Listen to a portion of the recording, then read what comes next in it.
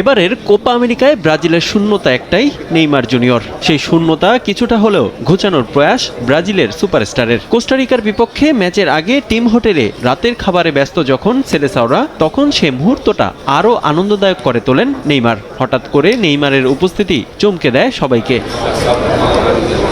টিমের সঙ্গে দেখা করতে এসে শুরুতেই রিয়াল মাদ্রিদ তারকা ভিনিসিয়াস জুনিয়রের সঙ্গে আলিঙ্গন করেন নেইমার। এরপর একে একে সবার সঙ্গে সাক্ষাৎকার ছাড়েন ব্রাজিলের মধ্যমণি। এ সময় সতীর্থদের সঙ্গে খুনসুটিতেও মেতে ওঠেন তিনি। সতীর্থদের কাছে পেয়ে বেশ উচ্ছ্বসিত দেখা যায় ব্রাজিলিয়ান তারকাকে। মূলত প্রথম ম্যাচের আগে পুরো দলকে উদ্বুদ্ধ করতেই এমন পরিকল্পনা নেইমারের। ব্রাজিলের সর্বকালের সর্বোচ্চ গোলদাতার অভিজ্ঞতাও দলের নতুনদের যোগাবে আত্মবিশ্বাস।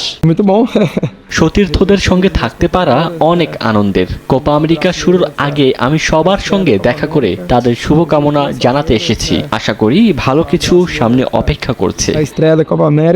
সবকিছু ঠিক থাকলে লাতিন আমেরিকার শ্রেষ্ঠত্বের এবারের লড়াইটা ভিন্ন কিছু হতে পারত নেইমারের, কিন্তু ইনজুরি তা হতে দেয়নি। গেল বছর অক্টোবরে উরুগুয়ের বিপক্ষে ম্যাচে চোট পান তিনি। এখন তিনি সুস্থ থাকলেও মাঠে নামতে পুরোপুরি ফিট নন ব্রাজিলের এই ফরোয়ার্ড। ইনজুরির কারণে 2019 সালের পর এবারও কোপা আমেরিকা খেলতে পারছেন না নেইমার। তাই তার শূন্যতায় দুঃখ প্রকাশ করেছেন তার সাবেক ক্লাব সতীর্থ লিওনেল মেসিও। রিফাতুল ইসলাম মিরন, সময় সংবাদ।